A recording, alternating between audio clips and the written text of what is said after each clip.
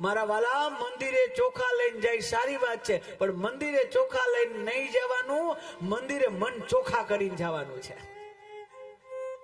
મન ચોખા કરીને મંદિરે જાય, અને એ મંદિરે જતા યાદ રાખજો, આ મારો માધવ, આ મારો કૃષ્ણ, મારો દ્વારકાધીશ. તમે તમારું પદ પ્રતિષ્ઠા લઈને જાશો તો સ્વીકાર નહીં કરે. એના માટે આપણા માટે બધાય કે આ વીવીઆઈપી, આ વીઆઈપી, આ લોકલ, આ બધું આપણા માટે. હમ સિર્ફ જીવાત્મા है परमात्मा के लिए. केवल याद रखे, ये शरीर नहीं है, परमात्मा के लिए. એની અંદર જે જીવાત્મા એનું કનેક્શન છે. એટલે આપણે મોટા થઈને કદાચ ત્યાં જાય, ત્યાં મોટા થઈને જાય, બધાને જોતા પાકીટ ખોલી અને 500 વારી આમ દ્વારકાધીશને દેખાડી તો તમને એમ લાગતું હોય પુણ્ય જાજુ મળે, તો બિલકુલ ખોટી વાત. મંદિરે જાઓ તો આ સિદ્ધાંત યાદ રાખજો, મંદિરમાં દ્વારકાધીશ પાસે પાકીટમાં શું છે ને એનું કોઈ મહત્વ નથી, તમારા મનમાં શું છે ને એનું બહુ મહત્વ છે. પાકીટમાં શું છે એનું કોઈ મહત્વ નથી દ્વારકાધીશ પાસે. મનમાં શું છે? મન માધવમાં રમણ કરવું જોઈએ.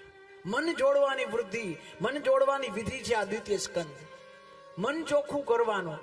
ન કરતા તન ચોખ્ખું કરીને સુપર્ણખા આવી હતી, રુચિર રૂપ ધરી પ્રભુ પહી આઈ, બોલી બચન ઓર બહુત મુસ્કાઈ. શરીર આખું ચેન્જ કર્યું અને ભગવાન પાસે આવ્યો, અને હસતા હસતા ભગવાન રામચરિત્ર ભગવાનને રામને કહે. અને રામનું રૂપ માધુર્ય કેટલું! ભગવાન કૃષ્ણ તો શ્યામ સુંદર કહેવાય. કૃષ્ણને જો શ્યામને જો સુંદર કહેવાય તો વિચાર કરો, એ જ કૃષ્ણ નારાયણ અવતાર જ્યારે રામજી બનીને આવ્યા તો એનું રૂપ માધુર્ય કેટલું હશે, ભગવાન કેવા હશે.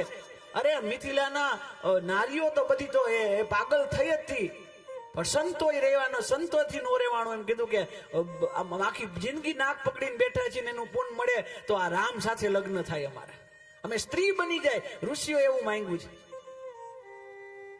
नेह कटारी जब लाग गई जो सिया पिया प्यारे की मूर्तिया मन को लुभाए नहीं. श्याम सुंदर जो लागता હોય, શ્યામ જો સુંદર લાગતા હોય તો રામનું રૂપ માધુર્ય કેવું. એવું રૂપ રામનું રૂપ માધુર્ય જોઈ અને સૂપનખા બોલી કે હું આખા જગતમાં ફરી આવી, મને મારા લાયક કોઈ મળ્યું નહીં, તમારામાં મને દેખાણું, પણ તમે મારા જેટલા તો રૂપાળા નથી, કચ્છું આવો શબ્દ લગાડ, થોડાક રૂપાળા. બોલો, રામના રૂપ માધુર્યને ફેલ કરી નાખ્યું. એટલે ભગવાન કે ખોટું ખોટું બનીને આવી છે, નાક વગરની છે, તો આ પ્લાસ્ટિક નું લાગે, લાવ ચેક કરું. લક્ષ્મણજીએ પછી જોયું, બા સાચું હતું પણ વયું ગયું. समझो बात को, ये कहने की बात है.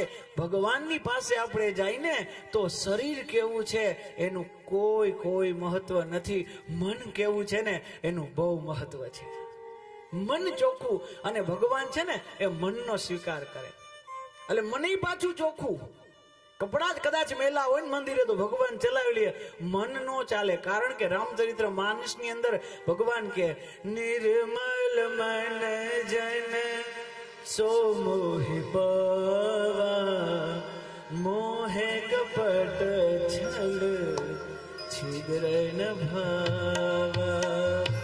निर्मल मन जन सो मोहि पावा, मोहे कपट छल.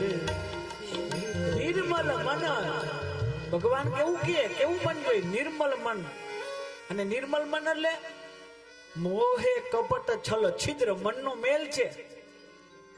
ઉપતિદમ કપટ સા કપટ. મનનો મેલ શું છે? કપડાનો મેલ ધૂળ છે, કપડાનો મેલ ડાઘ છે. મનનો ડાઘ શું છે? મનનો મેલ શું છે? ખબર તો પડી છે ને કે મન મેલું કેને કહેવાય, કેને મનનું આપણે કે આ તો મનનો મેલો છે. આ મનનો મેલો, આનો મનનો મેલ કયો? રામ ભગવાન કે છે મનનો મેલ કયો? તો કે મોહે કપટ છલ છિદ્ર ન. કપટ છે ને એ મનનો મેલ છે. કપટ નો રાખવું મારા વાલા, કપટી નો થવું, કપટ વગરનું જીવન હોવું જોઈએ. મન કપટ વગરનું થાય.